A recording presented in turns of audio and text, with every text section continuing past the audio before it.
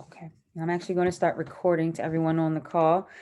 Just letting everyone know this workshop will be recorded, and it's 3:03. I think I'll start around 3:05-ish, if you all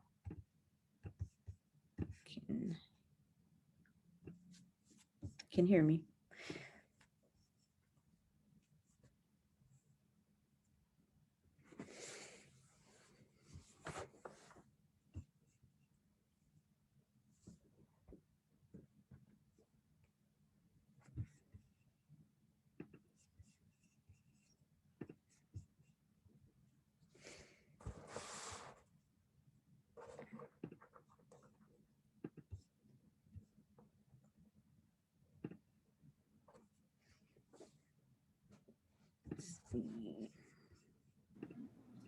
How many signups did you have, Kelly?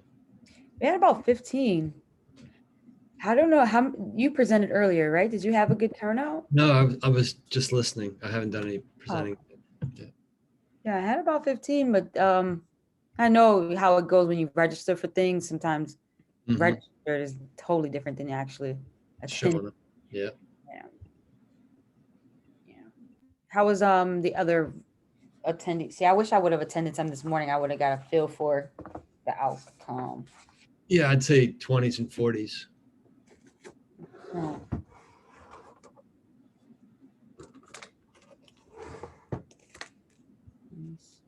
Let's maybe we'll make this a master class. Yeah, it can be. It also can be a more of a discussion type of thing. Do we have anyone? So I know Barksdale is a part of the SpreadKarma team. I'm looking at. Hello. Hey, good afternoon. So from ETC, or let's see, maybe Nile Gamo. Hi, it's Celine. Hi, Celine. Welcome. Great job. Looking forward to it. Not going to share my video because I was prepared not to be on camera for today. This is not my day. This is your day. So I'm looking. It's going to be great. Well, I'm glad you're able to join. Got 2 more people coming in through the waiting room. I hope today's been going pretty well for you. I know it's a crazy day. It's been good so far. Thanks. Great. Hi, Deb. Welcome. And is it maybe both of these, Deb? Is it both of you? Hello. Thank you. Hi, 2 Debs coming in. Good. Welcome. So we do have quite a few participants now, so I can get started. I'm glad you all joined. We're expecting a few more. If they come in, I'll look out for the waiting room. And if not, we have a small crowd, which we can actually pivot a bit and have more of a discussion around social impact fundraising. Okay. So again, welcome. My name is Kellie Brown, and I am the CEO and founder of SpreadKarma. And I'm going to share my screen to start the presentation and then get a little more information about who each of you are. So let's see.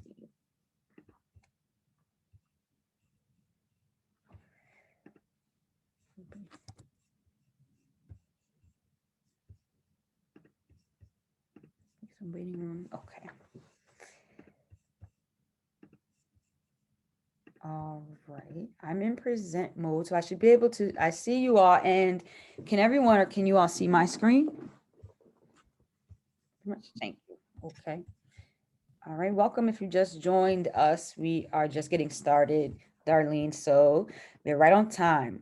So again, my name is Kellie Brown, and I'm the CEO and founder of SpreadKarma. And we're going to get into a little bit about what SpreadKarma is, but this workshop is about social impact fundraising, and especially through crowdfunding. A little bit about myself and who you have before you today is I am a social entrepreneur and a philanthropist who has been giving back for the last 5 years around the world, but right here in Baltimore as well. I'm a Philadelphia native who moved to Baltimore about 8 years ago to run a nonprofit here called Elevate Baltimore. And in that process, I've learned a few things. One, Baltimore is amazing. It's a city that it reminds me of home, Philadelphia. It's a smaller Philadelphia. But the other is that there are so many social entrepreneurs and change makers here in our city that are trying to do some impactful work. And just like I have been around the world and here as well. And so through those experiences, I have realized quite often that fundraising is daunting. It is hard. And I'm sure many of you can resonate on this call right now with that same notion.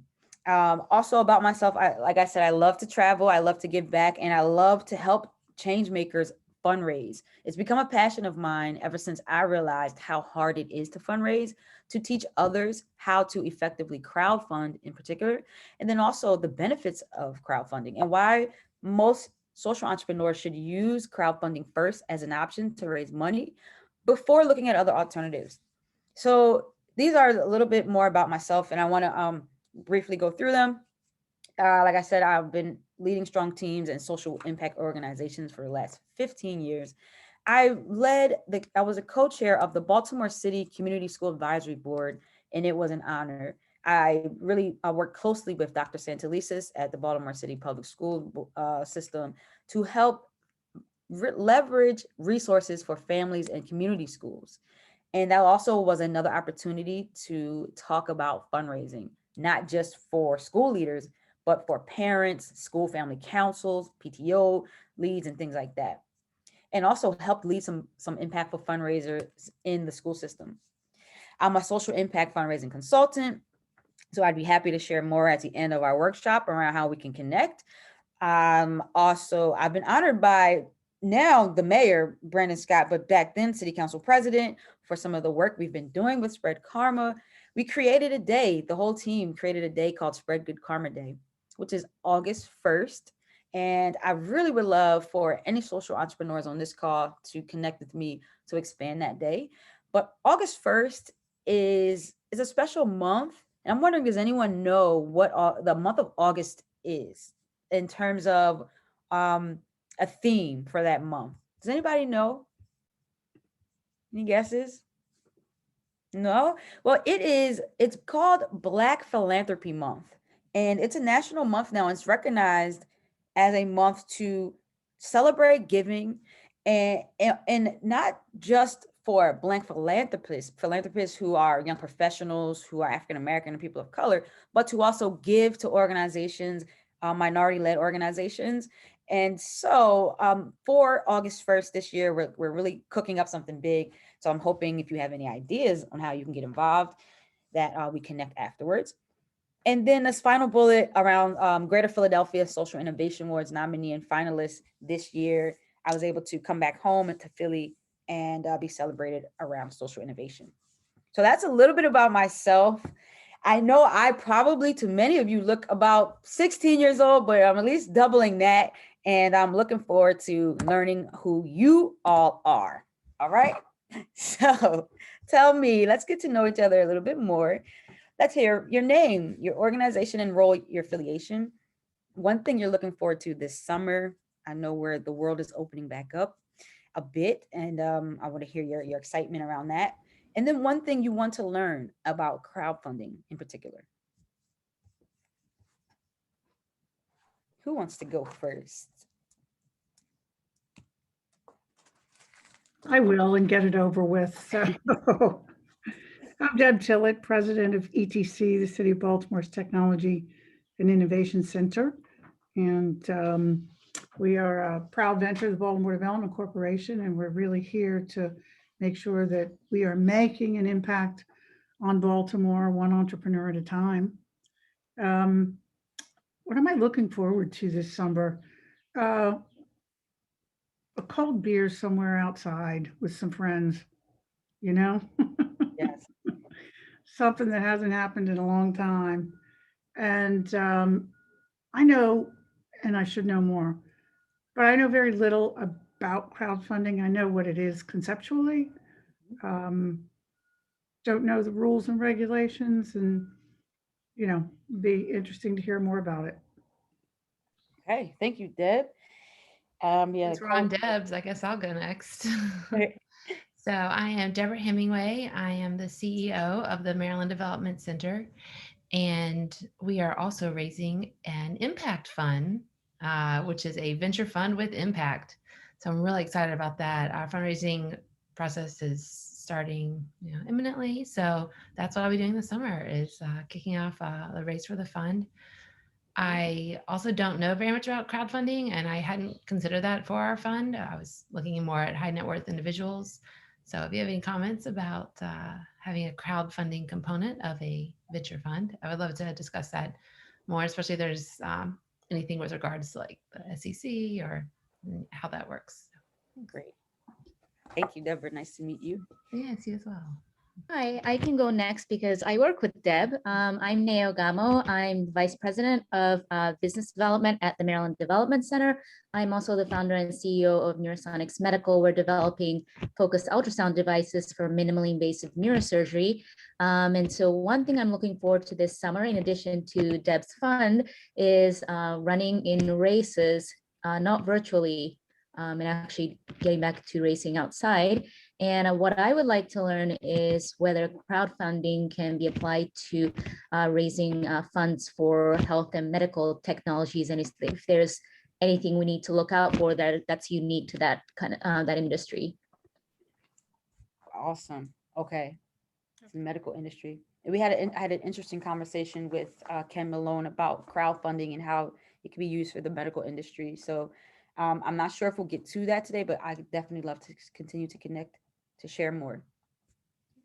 All So right. I'll go next. I'm Darlene Ajari. I'm with Bowie State University.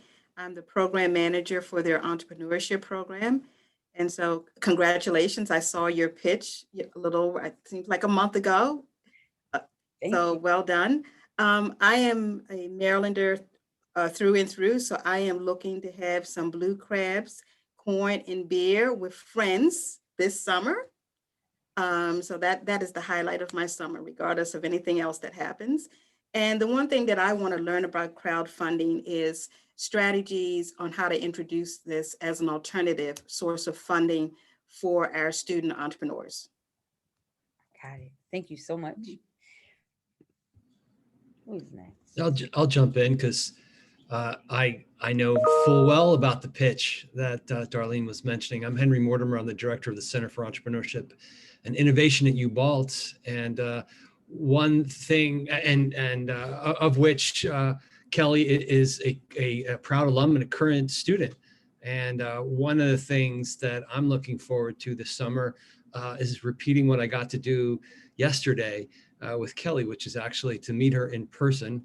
I've spent a good couple of months seeing only the top 1/3 of her. So looking forward to seeing everybody in full and doing some long overdue hugging. That is for sure. I got to hand her the big foam check yesterday for her big win. And I'll second what Darlene said. I have another entrepreneur who's finishing up an MBA, Alan Sau. He's been using crowdfunding to kickstart his sales campaigns, but I'm curious to know what else crowdfunding can do for the startup community. Great. And thank you, Henry. Remind me to show you all this beautiful check that Henry brought to my home yesterday when this is over, because that was definitely a highlight of the semester. And yes, currently finishing grad school. I'll be finishing December. Proud UB alum. Anyone else? Let's see, do we hear from everyone? I want to make sure I know who's on and what questions you may have and what you're looking forward to this summer. If you haven't shared, give me a moment. Let's see, I think so. Okay. All right. Well, thank you all for sharing. Well, I talked about myself. I didn't share a little bit about SpreadKarma. So SpreadKarma is we are actually still in startup mode. And so we are empowering positive social impact in underserved and marginalized communities through crowdfunding. And like most of you have heard of crowdfunding, we really haven't begun to know or learn like the know-how and ensure that there's a platform, an ecosystem that can support those looking to crowdfund and those looking to support socially impactful causes, whether they're from high wealth network individuals or from everyday change makers, everyday people that have funding, small donations to give. And so that's what SpreadKarma does. We are looking forward to starting right here in Baltimore by this platform, expanding our platform to have educational services and a platform to actually the mechanism of crowdfunding. And I'll share a little bit more about that in the next couple of slides. So many of you on the call are going to resonate with me when I say that there is a problem. There's a lack of funding out here, or just a lack of know-how to secure funding, whether you're working directly with students or working with social entrepreneurs in another capacity, or you are a change maker on the call looking to raise money for your business, your nonprofit, or your passion project even. We know that funding is what is that key driver to help you get to that point A to point B. And so there is this gap of funding. I talk about in my pitch, I even mentioned that foundations who have money to work with, there's this disconnect between the change makers, especially minority-led orgs that could use the funding, and how they're actually receiving the money. And so that lack of funding and access is there. And we know that. Then there's this lack of exposure, where we are starting to see that many, whether it's in the medical field or nonprofits or businesses, the need, we know it's very, very real, but there's not a place to understand the need. There's not a place for supporters or change makers to share their need. And so this lack of exposure is another issue. And that creates the lack of community, right? That disconnect between the donors and funders. And so what we're going to talk about today is how crowdfunding can support that. And then in particular, how our company SpreadKarma is creating that process right now. So if you're looking to support, that would be a great way for you all to connect with me. Let's see. So with that, how we are connecting, and I just mentioned it and I briefly want to go through it, is we're providing this access to funding. We have donation and rewards-based software, but this is not the only way to crowdfund. I believe it was mentioned about equity crowdfunding. So we're going to get into what equity crowdfunding looks like and how to choose a platform for that as well. But we're also talking about increased exposure. So no matter what platform you use, or no matter how you decide to crowdfund, the key here is exposure. You can't create a project and not share it. You can't create a business and not share it. So we're going to talk about that exposure, and then this ecosystem to connect donors, funding sources to social entrepreneurs who are looking to raise money. Okay. All right, so if that sounds good, we'll move on to what we're going to cover today. We're going to cover what crowdfunding is, briefly talk about the types of crowdfunding and the benefits of each type. And we'll go through them with your questions in mind, so that at least by the end of our workshop, you have a better understanding, or you may need to research more, but we can decide once we get to each type. We'll talk about tips and tricks. What we find as a team, we do fundraising coaching. And I probably should go back briefly. One thing that is important to mention on this slide is that coaching, I have it bold, fundraising coaching and access to crowdfunding education is a key difference between what I'm here talking to you about right now, what I'm trying to make sure social entrepreneurs get, whether they're at the college level or beyond, that they understand and have products, digital products or coaching to help them with their fundraising. Alrighty. So conceptually, we understand, excuse me, that crowdfunding is a method of raising capital or donations, right, through collective impact, whether it's through your friends, your family, customers, individual donors, or investors. But essentially, what does that mean? What does crowdfunding really mean? And so it is essentially collecting small amounts of money from large amounts of people. And that's what, if anybody ever asks you moving forward, or if we need to start educating people on it, this is the simplest way to get people to understand. It's not new, and it's not something that anyone should be afraid of, because it's something that we always do, whether it's in your personal life or if it is in your business and professional arena. It's this notion that you got to make, you have a goal, fundraising goal, and you have to reach that goal. But this time, little bits of funding adds up to large amounts of funding.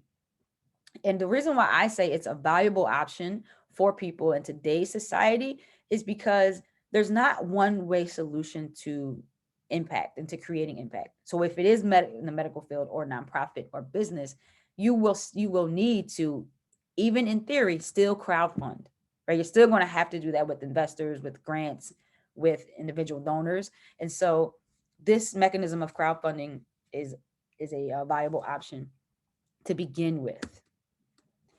Also, we'll talk about the benefits of it a little further. So donation-based crowdfunding. Right now, we're talking about the types of crowdfunding, and this is the most obvious one, donation-based, which most people, when you hear donation-based crowdfunding, you may associate even certain platforms with it, or even certain social entrepreneurs, right? Whether they're like nonprofit led, because when you're giving a donation, you're thinking they must be nonprofit. Most people assume that. So it's very simple, no financial return, no reward return. It's just, out of the good or out of a need, you're fulfilling that need with the donation. That's one area that in particular SpreadKarma software allows you to do, but there are other platforms out there. And so if you have questions at the end on what platform to choose to initiate or facilitate these crowdfunding efforts, we can talk about that as well. The second type of crowdfunding that is pretty popular, the second most popular, is called rewards-based crowdfunding. And if we're comparing the two, rewards-based crowdfunding comes with it's a campaign that involves, in exchange for the funding source, that you're giving them something. As a campaigner, this can be something as simple as a recognition or a t-shirt or something bigger like a product that they're pre-paying for up front, but it's in exchange for something that we typically call a reward. So out of these two, if I'm talking about mainstream platforms right now, you may hear donation-based crowdfunding, a platform like GoFundMe. Okay, it's very much a donation-based mechanism. If I'm talking about rewards-based crowdfunding, you may think of a platform like Kickstarter, right? Where Kickstarter is known, and that was one of the first crowdfunding platforms to rise in 2010, is a platform that facilitates rewards in exchange for raising money. And they have successful campaigns that have raised hundreds of thousands of dollars through this reward mechanism. It is extremely effective, and we'll talk about the benefits, but it's the second most popular. And just so we're keeping consistent, donation-based and rewards-based crowdfunding are both offered on the SpreadKarma's platform. Now, equity-based crowdfunding is on the rise. There are laws right now, regulations that we are looking at that's going to enable equity-based crowdfunding to be one of the most viable options for fundraising.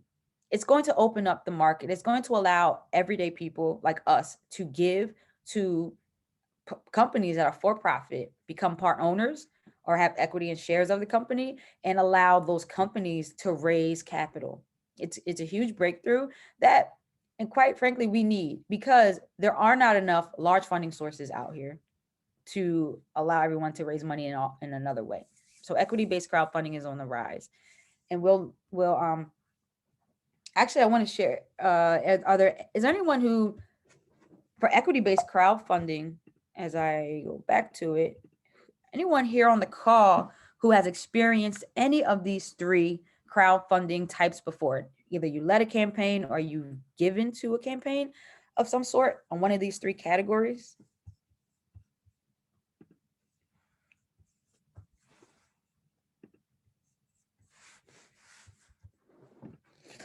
Anyone who has?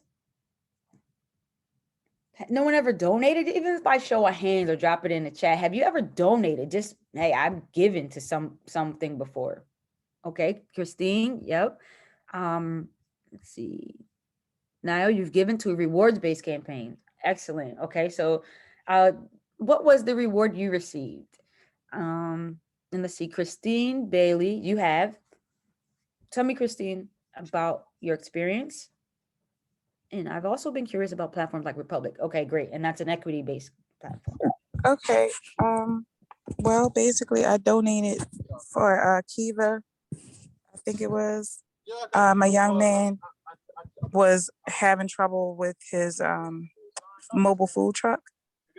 He was driving like for Uber or something, and I don't know. God put it on my spirit to tell him to restart his business and like do it pronto. He was driving around with the receipts of how much he was making a day prior to the truck being broken. So I just kind of spoke to him and then strongly encouraged and helped him do research to figure out another way to get his vehicle back on the road. I told him about this type of funding. I didn't know specifics. I had to like just Google it and look it up, but very strong-headed male Jamaican guy finally listened and got his Kiva loan. And he chose that one because he didn't feel like it was a handout because you have to pay that back. So he liked that because he's Jamaican, and so as he said, they don't take money from other people. So he liked this loan, and I think I donated. I think he had like 10 or 20 people donate $25, and he was able to get the motor for his truck fixed. And he is driving around Maryland and Baltimore doing this thing right now as we speak. Nice. Thank you. Great story, Christine. Thank you for sharing that. And so he's creating his impact just by getting a little bit of help. And Kiva is a loan-based crowdfunding platform, and that's not on here, but that is the fourth type of crowdfunding, which means that once you raise the funding, then you give it back, because sometimes you just need the money up front and you give it back, no interest loans to the supporter. So thank you for that. Who else wanted to share? Now, I know you took your camera off. Do you want to share briefly about your experience? Yeah, so I've given to a musician to help, a musician I like to help put together an album. And then I've given to someone who wanted to create a documentary that I really wanted to see. Nice. Okay. And I like how you both shared like what you've given to and then why. I'm just gonna go off the limb and just ask both of you, are you both extremely rich individuals? Just by yes or no. All right. No. Right. Okay. And this is an important part to share with everyone when we talk about crowdfunding. The power of the crowd is real. We're not extremely rich, but the giving industry is a $400 billion industry, the online giving industry. And by 2025, and I've done this research, right, as I've begun to create SpreadKarma, the online giving industry is going to increase at a compound rate of 10% per year, which means that we're not rich, but together, collective impact, 400 billion and growing means that there's something there that we can create an impact through crowdfunding. Okay, so thank you for those, because you all are contributing to this number of just giving what you can when you can. And you see your little bit of funding help them create maximum impact. So that's an important part, that when we teach it to students and we teach social entrepreneurs why they should crowdfund, it's because the funding and the data is there. We just teach you how to get it. All right. Anyone else? Okay. Looking at the time, this is a short workshop, but I would love to talk more with each of you and any of you. So the benefits of crowdfunding, especially for social entrepreneurs and nonprofit leaders, because this is the topic of our workshop here. But again, we can share more about other topics. The first thing is, actually, we'll go through them together. First thing, stay out of debt as long as you can. It's something that we want to make sure social entrepreneurs, especially minorities, understand, but also banks and lenders, because they too have a responsibility and a duty to make sure that they're not predatory, right? And I've been working with banks for a bit to talk to them about ways we could help get crowdfunding set up first, because it's also a risk mitigation for them. Okay, so if you're on a call thinking double-sided about lending, this is also important to know that once a social entrepreneur gets crowdfunding down and they build their community of donors, then they become more likely to be sustainable in the future. So when you do want to get a bank loan, or give a bank loan to any banks on the call. And so that's the first thing. The second thing is community buy-in. The effectiveness of crowdfunding will help you create awareness early on to build your company or your passion project, and then also create sustainability. Because whether you're talking about high net worth individuals or everyday people, they are likely to give again and continue to give if they have a personal connection and relationship with the early on success, or if they understand the product or the business or the nonprofit. And so this is a very important point to share. Validating your concept in business. Again, this goes back to risk mitigation and saving people who have ideas, whether, from any field, of taking that risk any further by creating your crowdfunding campaign. Now, the last one is the efficiency. The best part about crowdfunding when we talk to our clients is that they are able to keep their efforts in one centralized place. It's especially if you have a CRM tool that will allow you to keep your donor information together, your fundraising efforts together.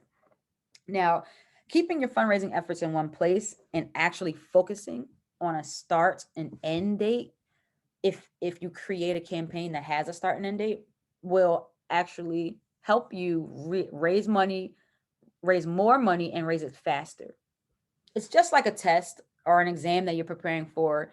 When you're crowdfunding, you tend to have to lock in for a certain amount of time. We recommend 30, 60, or 90-day campaigns. And so with that, in that 30, 60, 90-day campaign area, you are in beast mode. You're focused on the goal. We create action plans and steps to help you reach that goal. And then it allows you to do all three of those things above it, right? Stay out of debt, create community buy-in, validate your concept, and have fun. Okay, because we put the fun in fundraising, because at this point, I know how hard it is to fundraise and how daunting it can be. All right. So the efficiency of crowdfunding is where you'll get the most bang for your buck when you look at it that way. And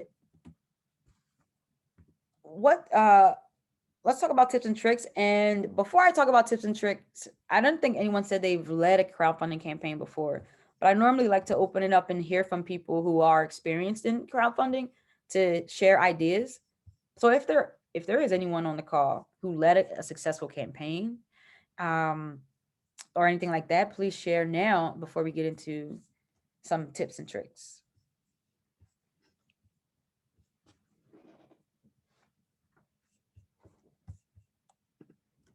Okay. It's okay. Remember, I worked in the school system, so I like the pause and the silence for a little bit.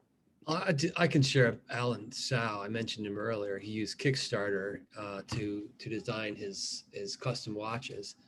And what's been really effective for him is actually doing a couple of the things that you mentioned. For one thing, he gets his pre-sales done that way. So he releases that version, whatever it is. I mean, I think he's on the fourth version of his fourth style. That it'll be coming out, in June. He'll mention in January, and then people will do the pre-sales that way. So he basically can sell out his entire line without actually having product. He doesn't have to have it anywhere. So once he gets his orders in, then he lets his manufacturer know how many. And like I said, he typically, if it's a run of 300 or 400 watches, he'll sell them all out. But it's really the crowd in crowdfunding that's amazing to me. When he launched his first version, which is the one I'm wearing, he did a lot of. He's got a marketing background, so it helped. But he did a release party, if you will, or he held an event at U-Ball in my center and delivered the watches to the people who were, I guess, really in the Mid-Atlantic region, because he said they came from all over. to pick up their watches. And we made like a holiday party out of it. We had a couple of other students who joined in, Shelby Blundell, a couple of the makers. But what was fascinating to me was the people were coming up and giving him a hug, and he shook everybody's hands. I had probably 100 people that came through in the course of an hour or two. And after a while, I said, Al, this is really fascinating to me. How do you know all these people? And he said, Henry, I don't know any of them. I mean, I've never met them.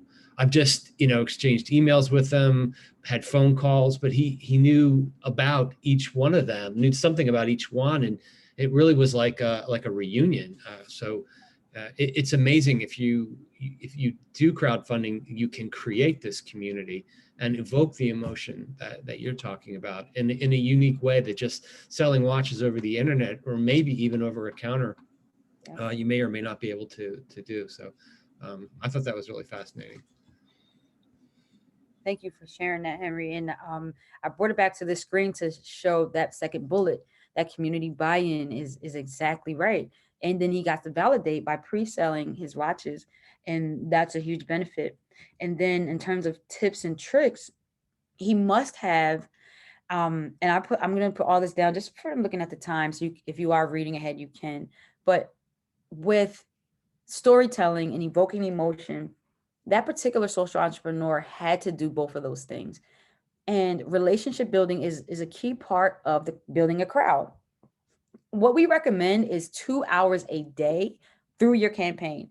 So remember, I said, if you're running a 30, 60, or 90-day campaign, and we don't recommend it going any longer or shorter than that, then you have to, we recommend 2 hours a day in that time period to effectively crowdfund. Now, that's a gem that most people don't understand, but our coaches help entrepreneurs and students learn and understand that you have to put the time in, but it's worth it, because not only are you getting the funding, but you're creating that community and that relationship that you hit on, Henry, that later on you can go back and build relationships and say, hey, not only did you give us funding, but now I know a little bit more about you and your interest, and we can always circle back and create a sustainable community of either customers or donors or investors.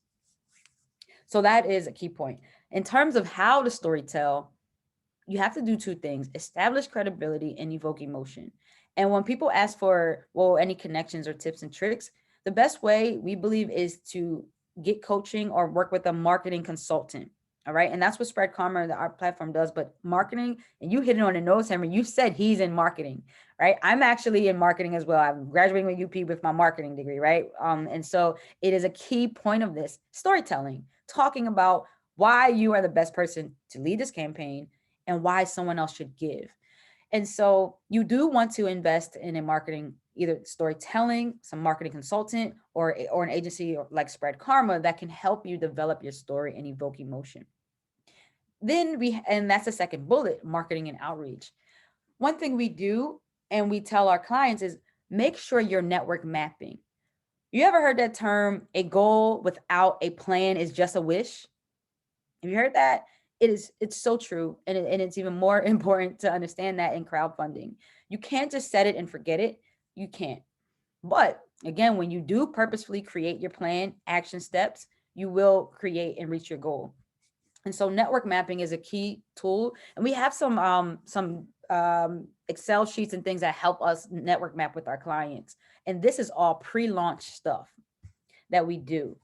Then there's this notion of, so with network mapping, that's macro and micro, that should say. Then you have your social communities and tools that we have here.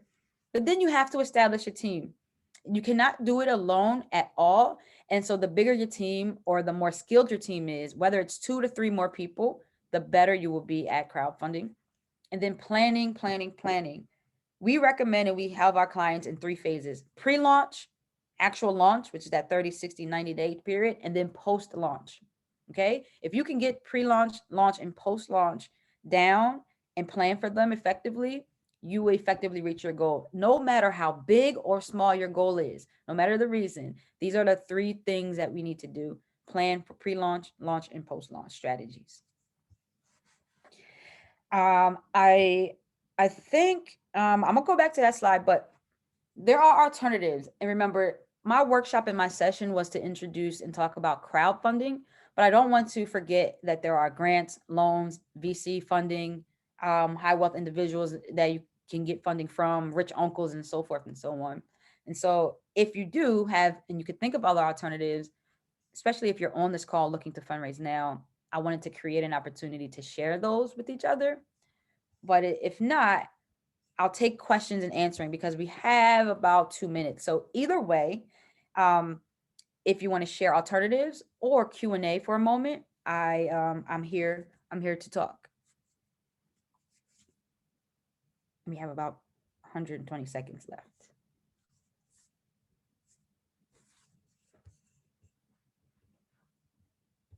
Okay, what I'm going to do while it's kind of quiet, I'm going to drop in a link to talk more if you need to. It's my direct calendar. I'd love to talk more. You can just schedule a spot on my calendar. And thank you for the comment. Thank you so much, Salim. And let me just share my link with you all in case you're interested in learning more. Grab a spot on my calendar and we can go from there in 30-minute time slots. If not, thank you all for joining. We did it. It was our first BIW workshop. And I'm extremely excited that you all joined us today.